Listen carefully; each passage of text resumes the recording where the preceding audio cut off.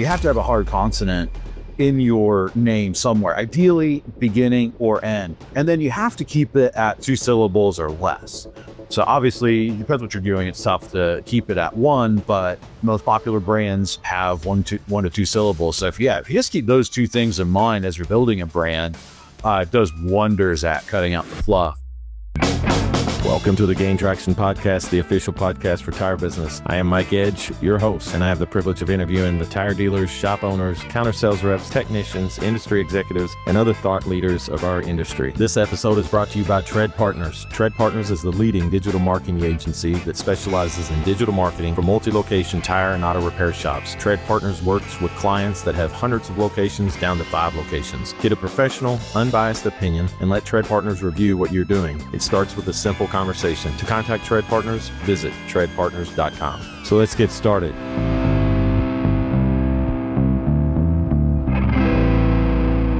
Welcome to the Gain Traction Podcast, the official podcast for tire business. My guest today is Eric Raber, owner of ER Autocare with 4 locations in the Columbus, Ohio area. Eric, welcome to the Gain Traction Podcast. Thanks. Glad to be here. Yeah, I'm glad to have you. So you got 4 stores and you're, I think Columbus is a cool market. I've driven through there many times. But before we kind of get into your business, tell us a little bit about Eric, where you grew up and where you went to school and when did you know you wanted to be in the automotive repair world? So I grew up in the northeast part of the state, close to a small town called Worcester, Ohio. Okay. We lived there from about 1992 through 2007. My dad had a mobile feed processing business, worked in the agricultural world, and it had started to become obsolete. So we had an opportunity to move to the Columbus area. He had a part-time job offer and then had a farm shop that he could do whatever he wanted with on the side to supplement income. And one thing led to the next. Started out working on farm equipment, trucks, semis, cars, lawnmowers, like you name it. If it had wheels, we worked on it, and not everything had wheels on it either. So we got to a little bit of everything there. My dad's side of the family is very mechanically inclined, and the mobile feed processing equipment was incredibly maintenance intensive.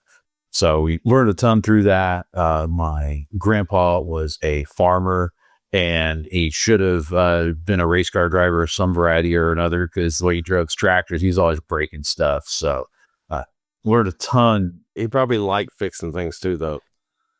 No, he did not. No, like he fixing didn't. Okay. things. So All right. It was highly convenient for him that we lived 2 miles away. And so we were back and forth all the time. So yeah, we learned a lot about basic maintenance on stuff through that situation. So, well, then, a lot of good mechanics come up that way, just kind of necessity. We always did it. They learned from just, whatever their environment was. And yours, you can learn a lot from tractors. absolutely. Especially because there's a lot of fitment with tractors and fitments and wheels and stuff. There's just, there's a lot out there. Yeah, that there is. Yeah. And you learn to make adjustments from what I understand. Yep, you certainly do. Yeah. Yeah. So tell me, so you went to high school in the same area? Yes. Okay. It was a small private school. Actually, the school I went to only went to 8th grade, and then I did a homeschool curriculum for high school, knocked it out over 2 different winters while I was working with my dad. Nice. Fortunately, the private school I went to, the curriculum they use is pretty tough. So getting through what I did on homeschooling on my own was decently easy. Yeah. So yeah, I'd been working full time since I was 15. Man, that is very cool, because look, there's nothing like the what do they say? The mother of invention is what is that quote? Necessity is the mother of invention. Yes, necessity is the mother of invention. And you had to learn to get creative at a young age. Plus, you probably, out of a lot of people I know, if you had a job that long and full time, the value of $1. Hey, yeah, you know that. Yeah. And you've got a whole nother appreciation. Well, I do feel like, in our culture today, I think, especially my age group, we got kind of snowed on the idea of education a certain way, had to go down a certain path. And I don't think there's now that I'm older and everything, there's definitely not a one size fits all. And non-traditional education, I think, in many ways gives you a better critical mind. You question things differently. You look at things differently. You didn't learn in a box, in other words. Right.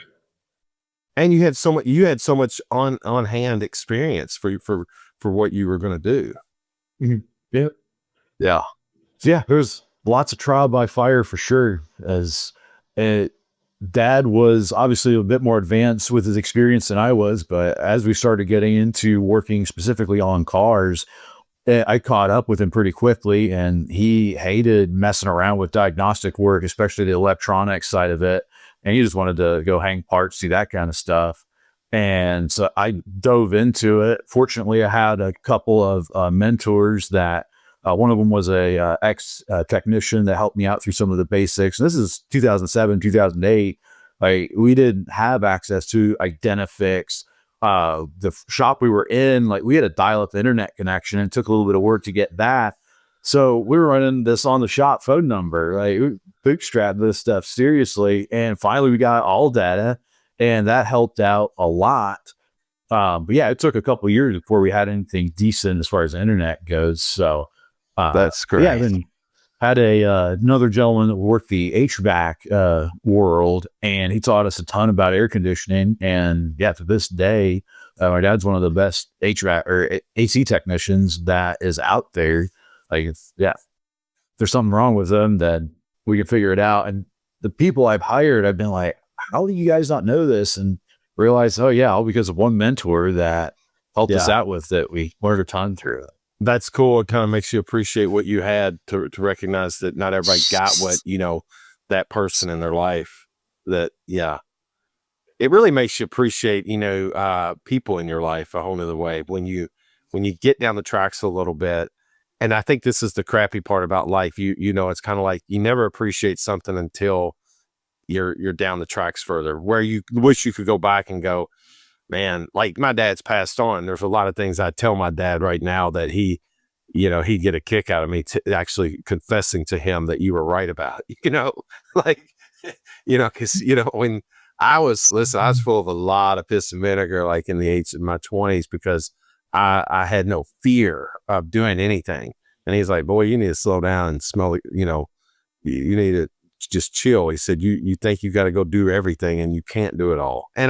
But you don't know that until you get through that fire. Right. And you realize, yeah, I'm biting off way more than I can chew. And you finally have to admit it, and, but there's just a lot that I would go back and thank him on, because I live by a lot of his mantras now.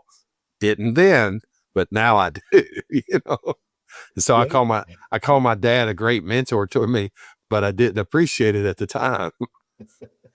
Yep. Proverbs says, train up a child in the way he should go, and when he's old, he won't depart from it. So you're living an example of it. So. I totally agree. And so I got 3 sons as well. So I try to pass on. I don't think they're as stubborn as I was, but they got a little bit in them. They're gonna. And but that's part of life too. Everybody's got to touch that fire a little bit themselves. Yep, that's for sure. You probably did it a little bit. Oh yeah, you know it. Yeah. Well, tell me. So you get to where did the ER Automotive come from? I mean, obviously it's your initials, but where did you? When did you, head to this course of starting the shops and then getting to 4? Yep. So we've gone through a series of names. It's been kind of frustrating, but anyway, so quick story on that. We started out as E&R Garage, and it's Eric and Ray. Ray's my dad. This was his idea, his name. It was E&R Garage because he came up with it, not me. I had nothing to do with that.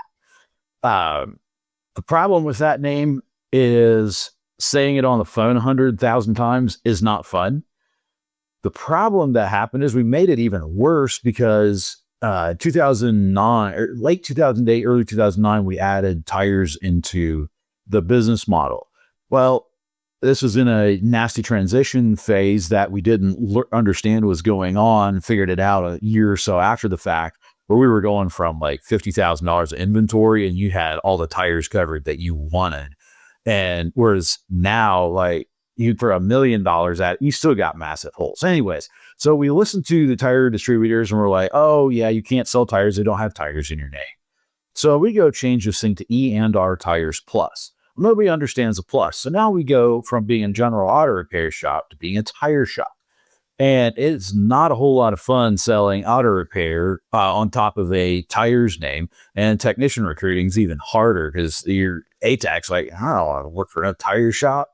So, Oh, wow. yeah, it got shortened up to, yeah, I'm down here at E&R. Now it sounds like ENR Tires. So it's like, it's horrible branding advice. So, ran the ENR Tires Plus name from 2009 through 2017. Started working with a coaching group, Shopfix Academy, and kind of explained what was going on with it. And they're like, okay, yeah, just rebrand it, figure it out. So that's when we switched to ER Autocare. And the name works a lot better. It's a lot more, it reflects what we do a lot more accurately. Yeah. And through the whole thing, we never really lost any tire sales. Percentage of sales just never went down as a result of it. Because, yeah, now everyone sells tires as an add-on rather than making it their mainline businesses. So, You know, that's interesting that you went through the branding nightmare, because I think, you know, sometimes when you start out as an entrepreneur, you can take branding a little for granted, like it's not going to matter. But then all of a sudden, like you said, you hear yourself answering the phone, or you have to say something a certain way, or a customer gets confused and you never thought about it from a certain perspective, right? And then all these kind of little bitty negative darts keep hitting you about something you're not doing right with your brand. And you realize, man, I'm confusing myself, you know, but it's one of those things. Like, the older I got, the more I started appreciating, man, brand is a big, big deal. And, you know, because consistency is a big deal, I think. And when you can put that brand out there, simplify it, and then the customer base easily knows or identifies what you do and what you can do for them, man, it makes life a lot simpler, you know. And I remember I worked for a company one time, and they had a business card, and it caused a little controversy. I don't want to get into all of it or whatever, but the card always created a question. And every time I gave it to somebody, they would be like, what's that mean? You know, and it was like, and I had to go back to my boss, and I had to say, listen, we need to change this. And he said, wow, we like it. We came up with this through a little exercise and thought this would be a cool brand and all this stuff. I said, well, that's not working. I said, because if I have to explain it every time I get in front of somebody, we're off on a tangent that doesn't even matter, you know, and it becomes a negative to get back to what we need to talk about. And to his credit, he took my advice, and we changed it a little bit, kept the same company name, but changed kind of like the logo or whatever was causing the confusion. And it ended up becoming a little bit too plain vanilla, and we changed it again to dress it back up. But we got rid of the negative, is what I'm saying. But it was, guys, dang, branding.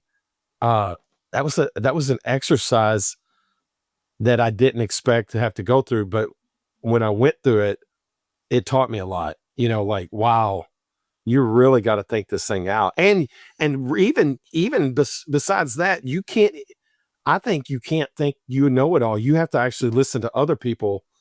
You know what I mean? Because they'll tell you something you're not even thinking about that brand or that word. yeah. Yeah.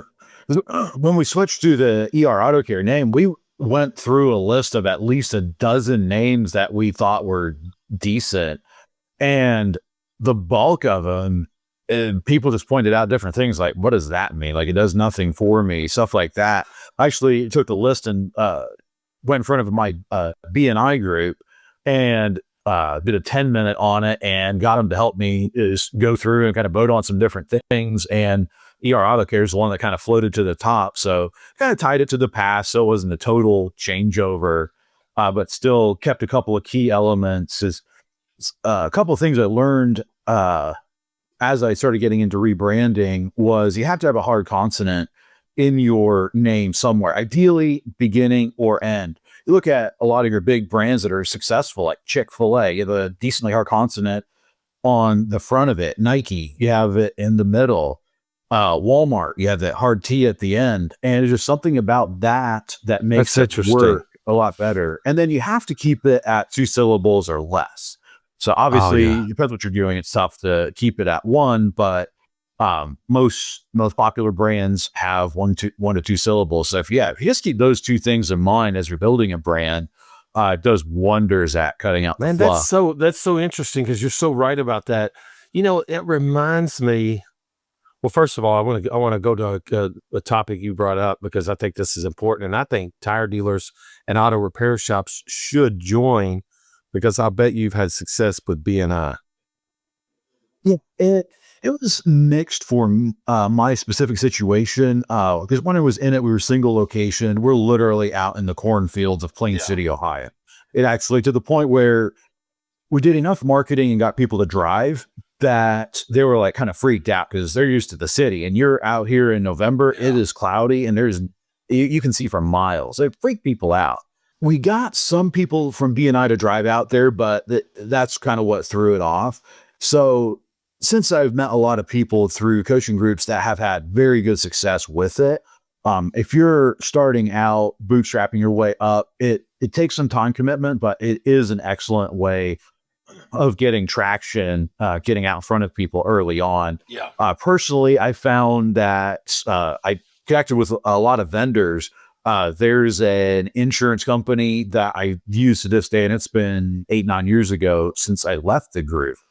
And yeah, just a way of connecting with some really good people when you're at a single store level. Well, the nice thing is you're not sitting in a room with any competitors, right? You're already isolated that way, the way they set you up.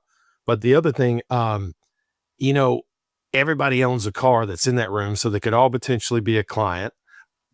But everybody knows other people that own vehicles, and so it helps with that little contagion, right? That connectivity of just reaching out, and I think it's a bootstrap marketing method where if you don't have a lot of money, it's a good way. Yeah, you got to put the time in, but it's a good way to get your name out there in a goodwill way.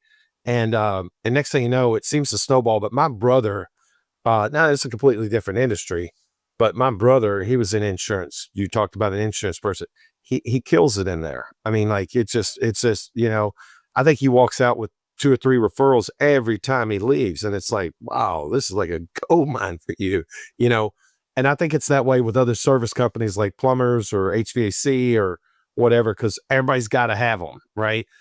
And that's where I felt like it probably benefited you. And it's interesting that but your location would make a difference. If they have to drive a little further, that would make a difference. But if you were in the middle of the vicinity of where everybody's living in that BNI group, I think it could be a big boost. So, Absolutely. but I want to go back to branding here real quick again, because I love this topic. It's interesting to me, growing up, TV shows that are super successful, had most of them had one word to them, the ones that broke all the records for viewership and everything.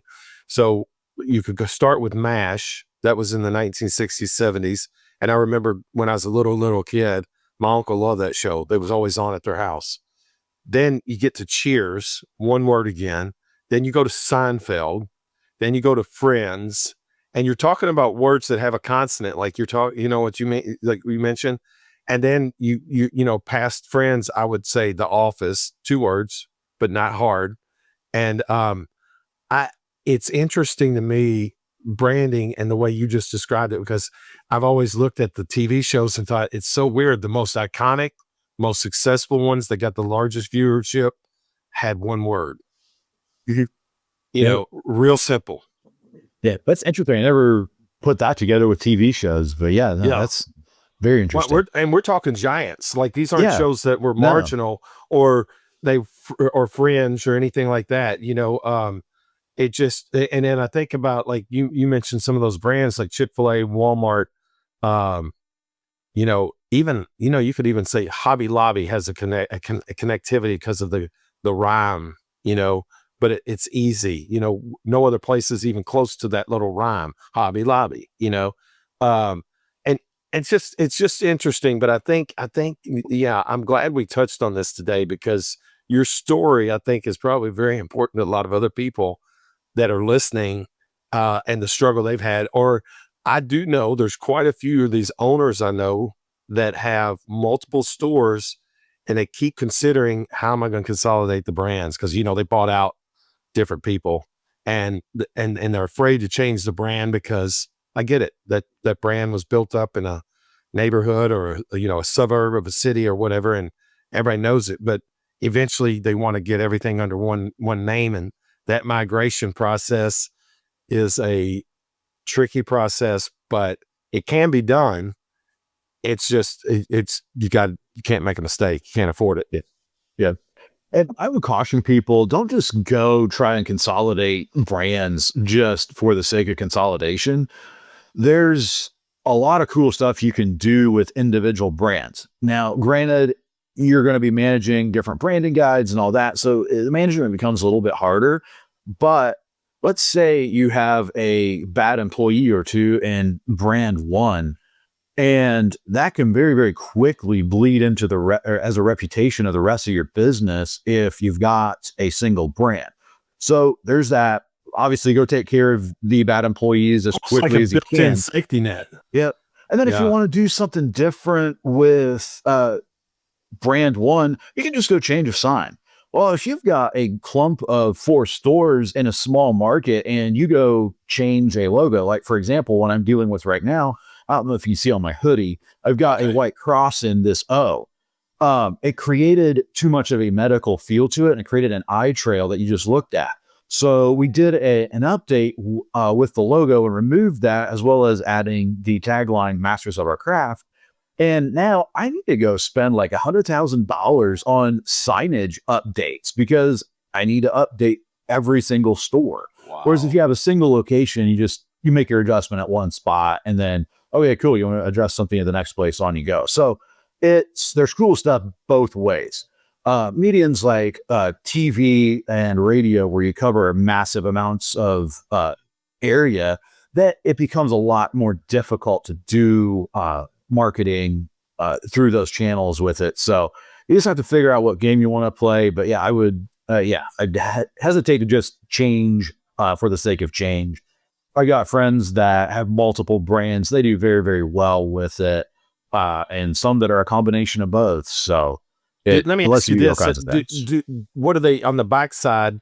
Let's say when, they pick out a point of sale, a CRM, all these things, do they try to consolidate there, like get uniformity somewhere in operations, but even though they may be branded different? Generally speaking, that's what will go down. And then just the face of it's going to look a little bit different. Most of them, use a single point of sale. And then it also depends, are you trying to be a high-end Euro shop, or are you trying to, hey, we're just straight up American Asian cars in a median or market with a median income of 40, 50,000, like your pricing models are going to be completely different in those two markets. So it's going to look different from that perspective, but ultimately running a shop's running a shop. So the underlying structure of it's going to be about the same, kind of like the old school VWs and Porsches. Like they're the same car with different bodies on them, use similar engines. So that type of thing. That's interesting. No, it's just been a great, great topic. Well, let the audience know a little bit more about you. What's your favorite movie? Favorite movie is Ford versus Ferrari. Oh, nice, man. I tell you what, I don't know if I call it my favorite, but it's in my top 10. I fell in love with Carroll Shelby in that movie. Matt Damon plays him awesome or whatever. I mean, I knew a little bit about Shelby anyway, but I mean, just somebody personifying it in a movie like that. And the way I love the way he challenged Henry Ford, I'd say we got him right where we want him. Yeah. And then he's like, Henry Ford's sitting in that chair, like, expand, kind of arrogant. Yeah. He goes, well, we don't have the brakes figured out yet. Hell, we don't even he's like, we don't even have the paint figured out yet. He goes, but when we came back down the back stretch of the Le Mans, he said, we hit 218 or something like that. And he goes, and that's faster than or what was his name? Geez, I should know this. Lorenzo or something like that. Something like Enzo, Lorenzo. yeah. And he said, that's the fastest he's ever seen. So he's scared because he knows we can beat him now. And it was just, I just loved the way he broke it all down. And he goes, but that little book you got floating around here, it's seen 19 hands before it got here. He goes, you can't win a race this way. You know what I mean? It was just cool. I like that. They did a really good job with that. Yep. Good actors too.